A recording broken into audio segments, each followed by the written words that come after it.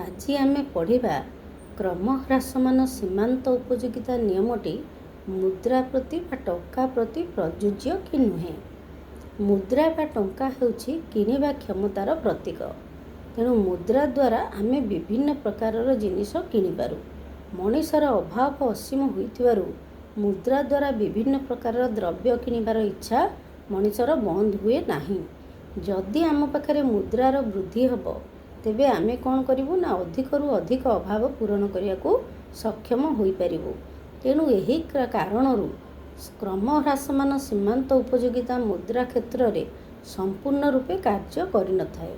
କିନ୍ତୁ ପ୍ରତ୍ୟେକ ଥର ଆୟ ବୃଦ୍ଧି ହେବା ଯୋଗୁଁ ଆମକୁ ଅଧିକରୁ ଅଧିକ ମିଳୁଥିବା ମୁଦ୍ରା ଆୟରୁ ହ୍ରାସମାନ ଉପଯୋଗିତା ମିଳିଥାଏ ଏବଂ ଏହି ଉପଯୋଗିତାର ହ୍ରାସ ଅନ୍ୟ ଦ୍ରବ୍ୟ ତୁଳନାରେ କମ୍ ହୋଇଥାଏ।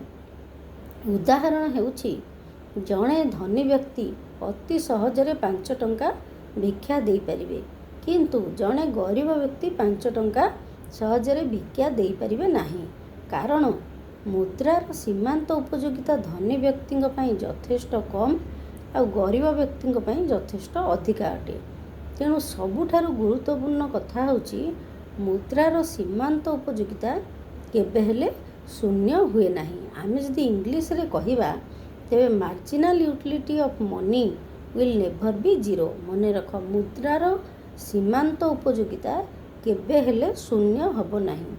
ଏହା କିଣିବା କ୍ଷମତାର ପ୍ରତୀକ ହୋଇଥିବାରୁ ମଣିଷର ଅଭାବ ପୂରଣ କରିବାରେ ସାହାଯ୍ୟ କରିଥାଏ। ତେଣୁ ମୁଦ୍ରାର ସୀମାନ୍ତ ଉପଯୋଗିତା ରେଖା କେବେ ହେଲେ ଶୂନ୍ୟ ହେବନି କିମ୍ବା ନେଗେଟିଭ୍ ହେବ ନାହିଁ।